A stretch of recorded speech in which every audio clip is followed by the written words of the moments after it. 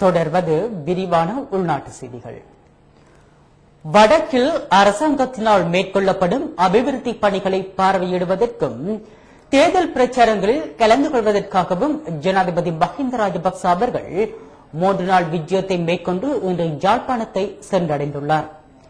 இவ்விஜயத்தின் போது யாழ்ப்பாணம் மற்றும் கிளிநொச்சி மாவட்டங்களில் முன்னெடுக்கப்பட்டு வரும் அபிவிருத்தி பணிகள் பலவற்றை அவர் அங்குரார்ப்பணம் செய்து வைக்கவுள்ளார். யாழ்ப்பாணத்தில் மானிப்பாய், கோப்பாய், நெல்லியடி பிரதேசங்களில் ஏற்பாடு செய்யப்பட்டுள்ள மக்கள் பேரணி கூட்டங்களில் கலந்து கொண்டு பல்வேறு அபிவிருத்தி திட்டங்களையும் ஜனாதிபதி ஆரம்பித்து வைக்கவுள்ளார்.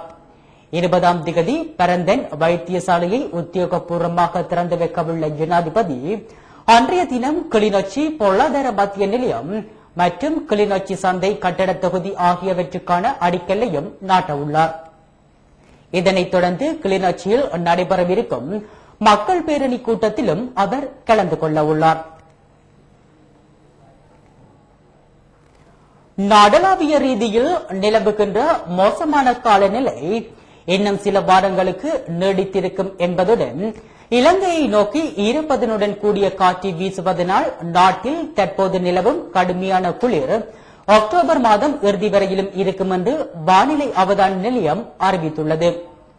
காற்று திசை மாறியமையினால் நாட்டுக்கு தேவையான மழை வீழ்ச்சி கடந்த மாதங்களில் 60% குறைந்திருந்தது. அந்த காலத்தில் வீச வேண்டிய காற்று தற்போது வீசுகின்றது என்றும் இதனால் மலைப்பாங்கான பகுதிகளுக்கு கூடுதலான மழை வீழ்ச்சி கிடைக்கும் என்றும் வானிலை அவதான நிலையம் அறிவித்துள்ளது. காலநிலை மாற்றம் தொடர்பில் அவதான நிலையத்தின் கடமை நேர அதிகாரி கருத்து தெரிவிக்கையில், காற்று திசை மாறி வறண்ட காற்று வீசியமையினால் நாட்டில் தட்பவெப்ப நிலையில் கடந்த காலங்களில் மாற்றம் ஏற்பட்டிருந்தது. இதனால் கடுமையான வெப்பம் நிலவியது. எனினும் வங்காள விரிகுடாவில் ஏற்பட்ட தாளமுக்கத்தினால் ஈரப்பதனுடன் கூடிய காற்று இலங்கையை நோக்கி வீசுகின்றது. மத்திய மலைநாடு மலைசாய்வான பிரதேசங்களில் கடும் காற்றுடன் கூடிய மழை பெய்வதுடன் கடும் குளிரான காலநிலையும் காணப்படும். அத்துடன் தென், மேல் மற்றும் சப்ரஹுவ மாகாணங்களிலும் மழை பெய்யும் என்று அறிவித்துள்ளது. இலங்கை, இஸ்ரேல், அமெரிக்கா போன்ற ரோம் சாசனத்தில் கச்சாத்தொழிலாத நாடுகள் தொடர்பான விடயங்களை சர்வதேச நீதிமன்றம் விசாரணைக்கு எடுத்துக் கொள்ள முடியாது என்று அந்த நீதிமன்றத்தின் தலைமை நீதிபதி ஷாங் ஹியூங் ஷாங் கூறியுள்ளார். இலங்கை யுத்தத்தின் இறுதி நாட்கள் தொடர்பாக கருத்து தெரிவித்த அவர், இஸ்ரேல், அமெரிக்கா மற்றும் இலங்கை என்பன ரோம் சாசனத்தில் கச்சாத்திட்டிருக்கவில்லை என்று தெரிவித்துள்ளார். ஆதலால் ஐக்கிய நாடுகளின் பாதுகாப்பு சபையினால் நீதிமன்றத்துக்கு விடயத்தை பாரப்படுத்தாமல் சர்வதேச நீதிமன்றம் அந்த விடயம் தொடர்பாக செயற்பட முடியாது என்று அவர் தெரிவித்ததாக த ஆஸ்திரேலியன் பத்திரிகை தெரிவித்துள்ளது. உலகின் மூலைகளில் குறிப்பிட்ட கொடூரங்கள் நடக்கும் போது அவை குறித்து சர்வதேச குற்றவியல் நீதிமன்றத்துக்கு பாரப்படுத்தலாம் என சகலதும் நினைப்பதாக தோன்றுகின்றது. நீதிமன்றம் தொடர்பாக அதிகரித்து வரும் அங்கீகாரத்தையிட்டு நாங்கள் மகிழ்ச்சியடைந்துள்ளோம்.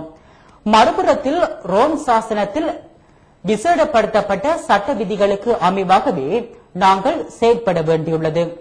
ஆதலால் இலங்கை, இஸ்ரேல், அமெரிக்கா போன்ற சாசனத்தில் கைச்சாத்திடாத நாடுகள் தொடர்பாக நீதிமன்றத்தால் நடவடிக்கைகளை மேற்கொள்ள முடியாது என்று அவர் தெரிவித்துள்ளார்.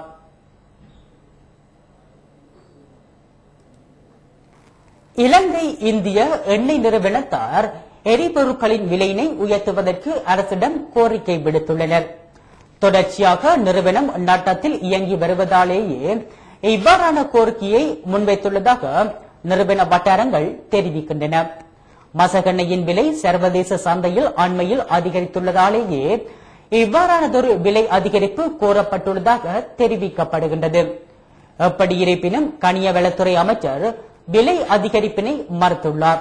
இந்நிலையில் நிறுவனம் டீசல் விலையினை 5 ரூபாவாலும் பெட்ரோல் விலையினை 25 ரூபாவாலும் உயர்த்த கோரிக்கை விடுத்திருந்தமை குறிப்பிடத்தக்கது. யாழ் மாவட்டத்தில் வாழும் வறிய குடும்பங்களைச் சேர்ந்த பெண்களை தலைமையாக கொண்ட 100 குடும்பங்களுக்கு யாழ் மாவட்டத்தில் நிலையான வீடுகள் அமைத்துக் கொடுக்கும் நடவடிக்கை படையினரால் ஆரம்பிக்கப்பட்டுள்ளது. 10 நாட்களில் 100 வீடுகள் என்ற திட்டத்தின் கீழ் படையினர் இந்த வீட்டு திட்டத்தை நடைமுறைப்படுத்த ஆரம்பித்துள்ளார்கள். வறுமையான குடும்பங்களை தெரிந்து மனிதாபிமான அடிப்படையில் ராணுவத்தினர் இந்த வீட்டு திட்டத்தை நடைமுறைப்படுத்துகின்றனர். சுமார் 3 லட்சம் ரூபாய் பெறுமதியான இந்த வீட்டு திட்டத்தில் ராணுவத்தினர், குறிப்பாக பெண் ராணுவத்தினரும் அதிகாலை முதல் மாலை வரை பணியில் ஈடுபட்டு வருவதாக தெரிவிக்கப்பட்டுள்ளது. உள்ளூராட்சி மன்ற தேர்தலில் போட்டியிடும் அரசியல் கட்சிகள் மற்றும் சுயேட்சை குழுக்களின் தேர்தல் பிரச்சார நடவடிக்கைகள் யாவும் புதன்கிழமை நள்ளிரவுடன் நிறைவு பெறும் என்று தேர்தல் திணைக்களம் அறிவித்துள்ளது. ஸ்வீடன் நாட்டில் எதிர்வரும் ஆகஸ்ட் மாதம் 10ஆம் தேதி நடைபெறவுள்ள 22வது உலக சாரணர் ஜம்போரியில் இலங்கையில் இருந்து 122 சாரணர்கள் கலந்து கொள்ள உள்ளனர். இலங்கை சாரணர் குழுவில் 5 சாரணர் தலைவர்கள், 10 குழு சாரணர் தலைவர்கள், 17 திரி சாரணர் தலைவர்கள், 90 சாரணர்கள் கலந்து கொள்ள உள்ளதாக இலங்கை சாரணர் இயக்கத்தின் சர்வதேச விவகாரங்களுக்கான உதவி ஆணையாளர் தெரிவித்துள்ளார். சாரணிய இயக்கத்தின் ஸ்தாபகர் பேரன் பவல் பிரபுவின் பிறந்த தினமான ஆகஸ்ட் மாதம் 10ஆம் தேதி உலக சாரணர் தினமாக கொண்டாடப்பட்டு வருகின்றமை குறிப்பிடத்தக்கது.